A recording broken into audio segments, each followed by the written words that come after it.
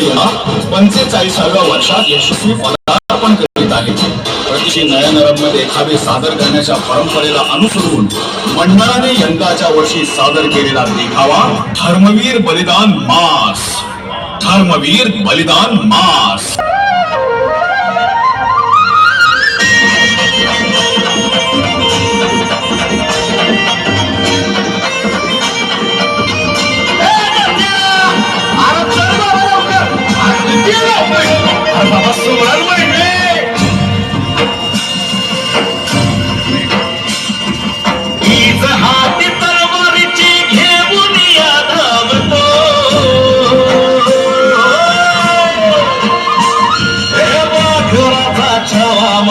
शंभूराजा सोबतो राजा सोबतो शंभूराजा सोबतो शंभूराजा सोबतो शंभूराजा सोबतो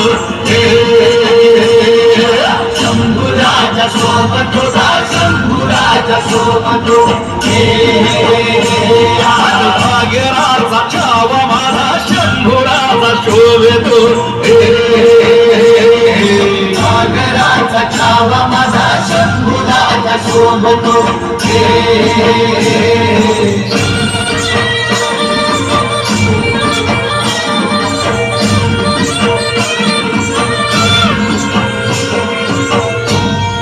राजा मायाळू मनाचा पोरा पोरा तुने खेळ डोंगराच्या कोशी मंदी सारा जमलाया मिळ सारा जमलाया मिळ घोड्यावर मांड जसा खंडेराया दौडतो घोड्यावर मांड जसा खंडेराया दौडतो शंभूराजा सोबतो शंभूराजा सोबतो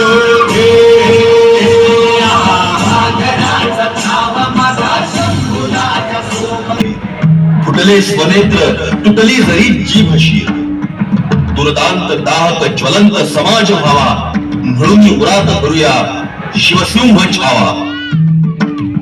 ज्या ज्या वेळेस धर्माला ग्लानी येते त्या त्या वेळी युगपुरुष देवपुरुष जन्माला येतात.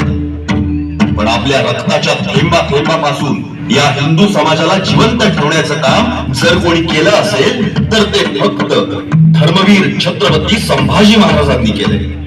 ज्याप्रमाणे आई वडिलांशिवाय मुलाला अस्तित्वच नाही त्याचप्रमाणे या हिंदू समाजाचं अस्तित्व टिकवण्याचं कार्य छत्रपती संभाजी महाराजांच्या बलिदानानं केलंय. त्यामुळेच तुमच्या समोर विषय घेऊन येत आहोत धर्मवीर बलिदान मास. धर्मवीर बलिदान मास. मरावे कसे मी कशासाठी आणि मरावे कसे मी विचारू स्वतःला असा प्रश्न नेहमी विचारू स्वतःला असा प्रश्न नेहमी लढू पांग फेडावया धर्मभूचे लढू पांग फेडावया धर्मभूचे आम्ही मार्ग चालू सईच्या सुताचे आम्ही मार्ग चालू सईच्या सुताचे आम्ही मार्ग चालू सईच्या सुताचे आम्ही मार्ग चालू सईच्या सुताचे पुण्यश्लोक छत्रपती श्री शिवाजी महाराज की जय. धर्मवीर छत्रपती श्री संभाजी महाराज की जय.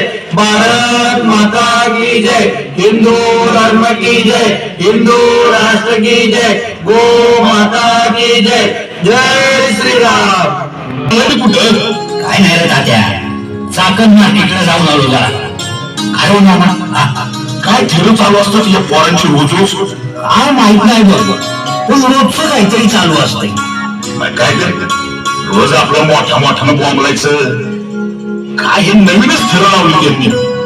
मग मला काय म्हणायचंय यांच्यातल्या एकाला तरी कळत असेल का की काय वाचतोय त्याचा अर्थ काय आहे. नवीनच काहीतरी काढायचं आपण.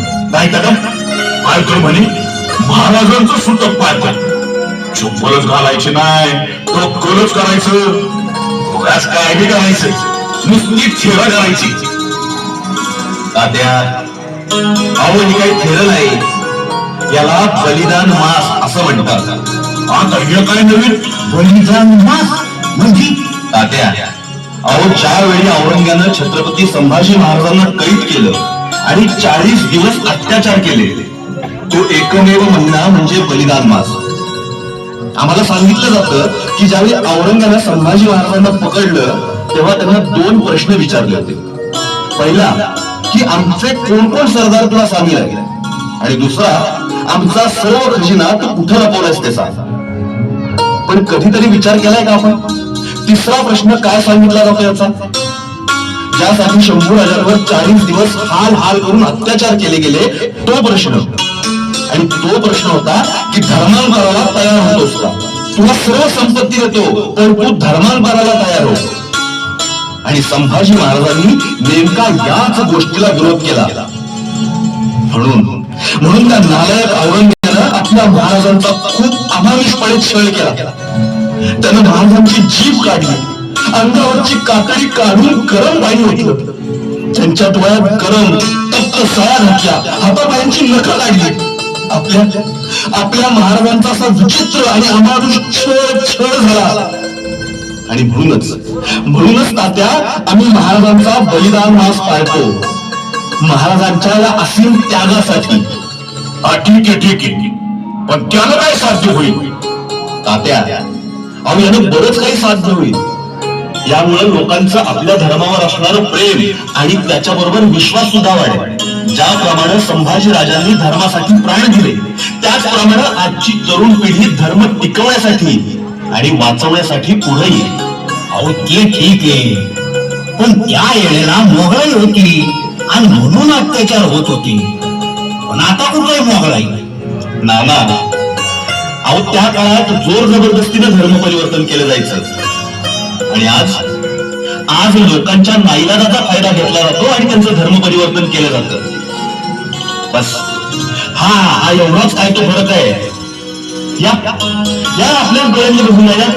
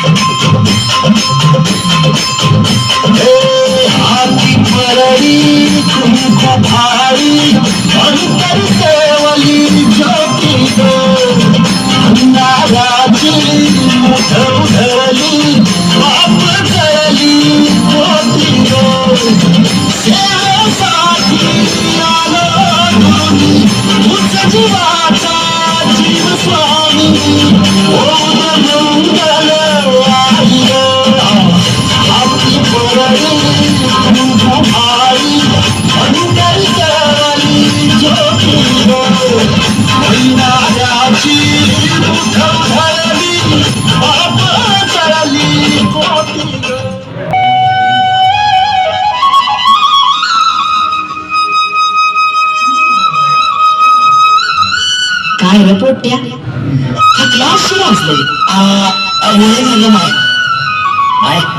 अंग दुखतंय, छातीत बी दुखतंय बघ. अरे पोट्या, मला बी कळतंय रे. अरे पण याच्यावरच आपलं पोट काय, आपण तरी काय करणार? जाऊ दे, तू आराम कर. काय बाई, आज देवाच्या नावानं तुमचा किती दंड झाला? अरे काय बाबा, देवाच्या कृपेनं 2 टायमाचं भेटतंय पोटाला. तुमचा देव पोटापुरतच देतोय तुम्हाला. अजून काय पाहिजे रे माणसाला? बाई, तुझी अर्धी लाकडं स्मशानात गेली, पण या पोराच्या भविष्याचा काही विचार करशील की नाही? अरे बाबा, मग आता काय करायचं तू सांग. मी सांगतो ते ऐकशील का? काय? तू तुझा देव्हाऱ्यातला देव बदल, तुमचा देव सोडून आमचा देव धर. मग बघ कशी भरभाट देते. तुला चिक्कार पैसेही मिळतील. अरे बाबा, अरे काय बोलतोयस तू? असं कुठे देव बदलतात होय रे? नाही नाही नाही, हे काय जमणार नाही. ठीक आहे, पण बाई एकदा तरी विचार कर. आजपर्यंत गरिबी सोडून काय दिलं तुमच्या देवाने तुम्हाला? आता जातो मी, पण मी परत येईल. तोपर्यंत तू विचार कर आणि मग सांग मला.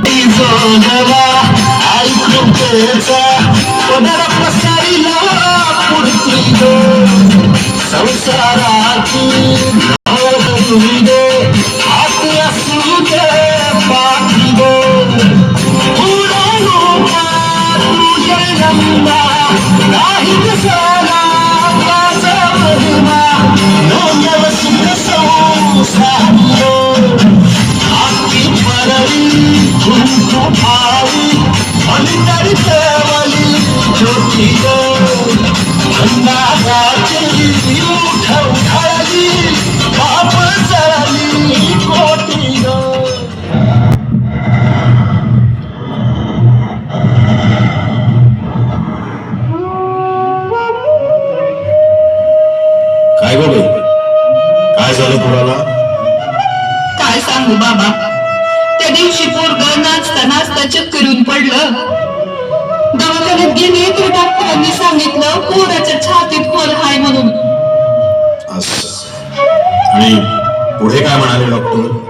ऑपरेशन करायला लागल म्हणाले. पर 5 लाख रुपये लागतील. कुठून आणू रे इतके पैसे बाबा? तुला लागणारे पैसे मी तुला देतो, पण एका अटीवर. तुला तुझा देव बदलावा लागेल. काय? नाही रे बाबा, नाही नाही नाही, असं काय बा बोलू नका. ठीक आहे, मग तुझ्या पोराला तू आता विसरून जा. तुला तुझा पोरगा हवाय की तुझा देव, हे तूच ठरव. ही पैशाची बॅग आणि हा कागद मी इथे तुझ्या समोर ठेवतो. विचार कर, अंगठा दे आणि पैसे घे.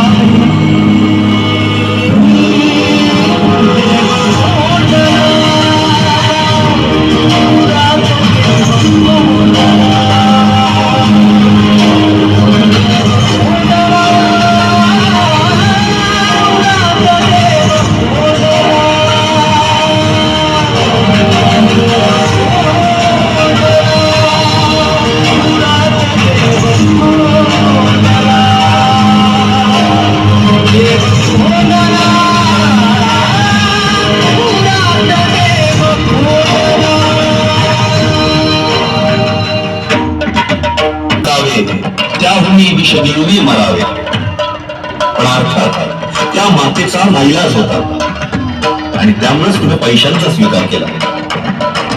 पण या मातेप्रमाणे दुसऱ्या कोणत्याही हिंदूवर अशी वेळ येऊ नये म्हणून आर्थिक तडजोड आणि धर्म मजबूत करण्याचा प्रचार आणि प्रसार केला पाहिजे. त्यासाठी महाराजांचं बलिदान म्हणजेच बलिदान मास हा घराघरात पोहोचला पाहिजे.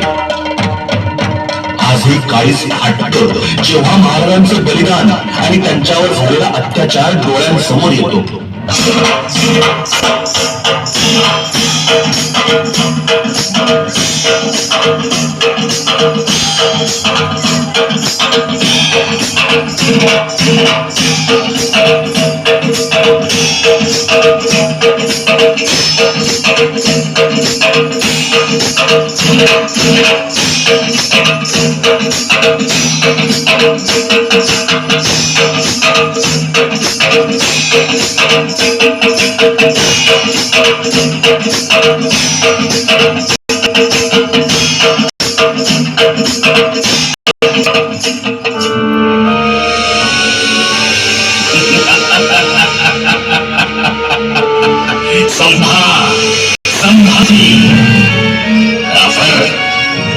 बता दे कौन कौन से सरदार शामिल है तुझे, बता दे कहां पे छुपा रखा है तुम्हारा खजाना.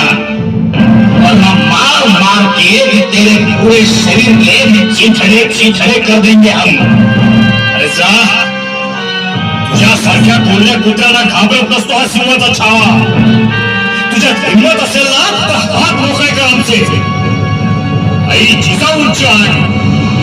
आई तुला पाणी पाजलं तर संभाजी नाव नाही सांगणार. का फार बहुत मस्ती है तुझमें. जहांपना से कहकर सब मस्ती उतारनी पड़ेगी तुम्हारी.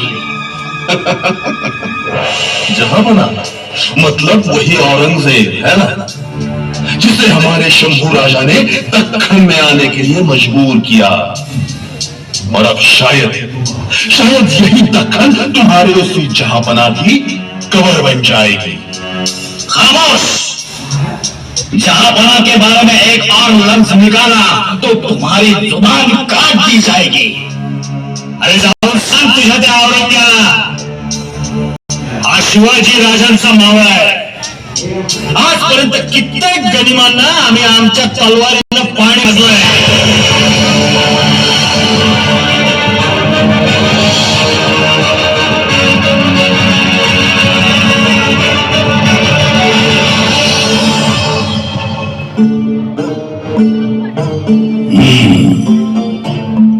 संभा, क्या कहते हो संभा? हमारी मेहमान नवाजी में कहीं कोई कमी तो नहीं रहेगी? अगर कोई और सखम वखम, कोई और तकलीफ चाहिए तो बता देना. काश हमारी बात तुमने मान ली होती.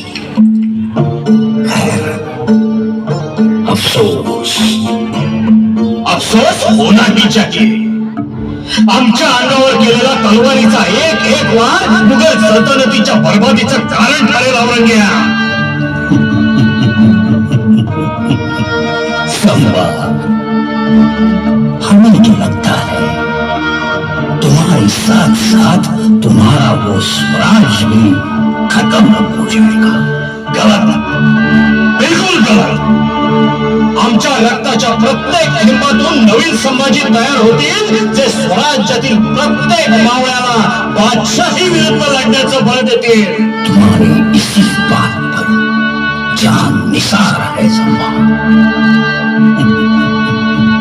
संभा, हम फिर भी कहते हैं हमारे साथ मिल जाओ. इस्लाम कबूल करो संभा. हा संभाजी 1000 वेळा जगून 1000 वेळा मरेल, पण हिंदू धर्म कधीही सोडणार नाही. या अल्लाह, सारी कायनात में अगर कोई धर्म है तो वो सिर्फ इस्लाम ही है. चुकतोयस तू. धर्म म्हणजे आस्था, आणि आस्था बदलता येत नाही. औरंग्या, तुला तर एवढंही माहित नसेल की दुसऱ्या धर्माची रक्षा करणं, इज्जत करणं हाच खरा धर्म आहे. ज्या क्रूरतेने तू आमची मंदिरं तोडलीस, आज जर हे हात मोकळे असते ना तर तुझं शीर आम्ही थोडा वेगळं केलं असतं. औरंग्या, आमच्या डोळ्यात बघ. आमच्या डोळ्यात तो मृत्यूचा भय नाही तर आई जगदंबा आणि छत्रपती शिवाजी महाराज दिसतील. औरंग्या, आमच्या डोळ्यात यूसुफ, आज तुम्हारी जगत है इन आंखों में. उठा दो, उठा दो. अरे थांब की औरंग्या, अरे थांब. असं पळतोयस कुठे? कविराज, हो दे एखादी कविता. बिल्कुल राजन. यावन रावण की सभा संभू बंधो बजरंग, लहू नसत सिंदूर सम खूप खेळवर रंग, राजन तू हो साचे खूप ललित रंग, तो प्रत्यक्ष निभावे तशाचा रंग. जुबान को लगाम दो. अरे अरे ये क्या है हो?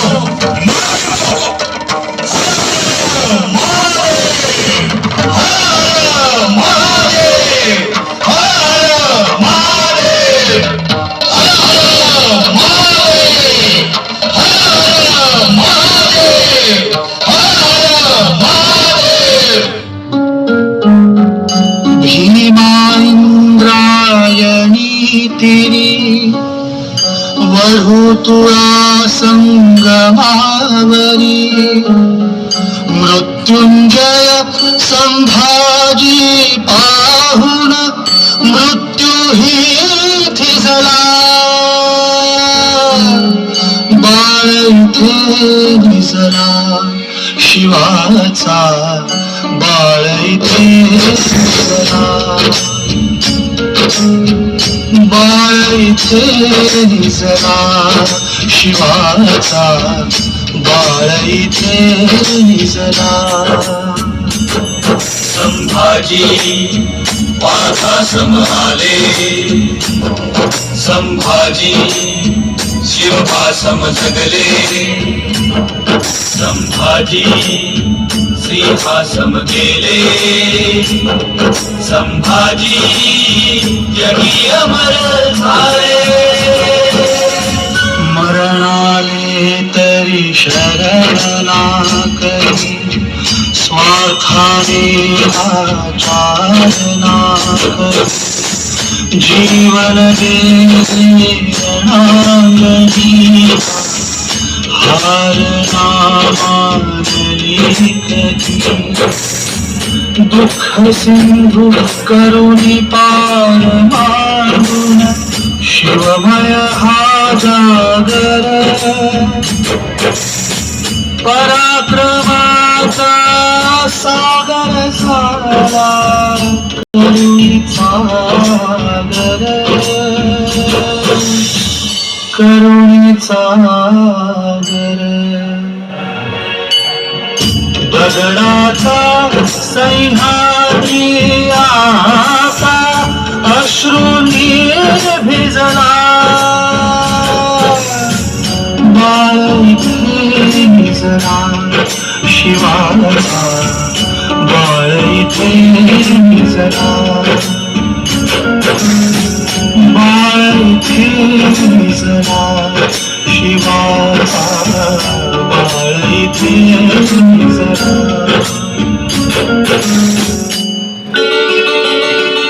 कोटि कोटि कंठों में तेरा आज जय जयकार है, अमर शंभू तू अमर हो गया, तेरी जय जयकार है.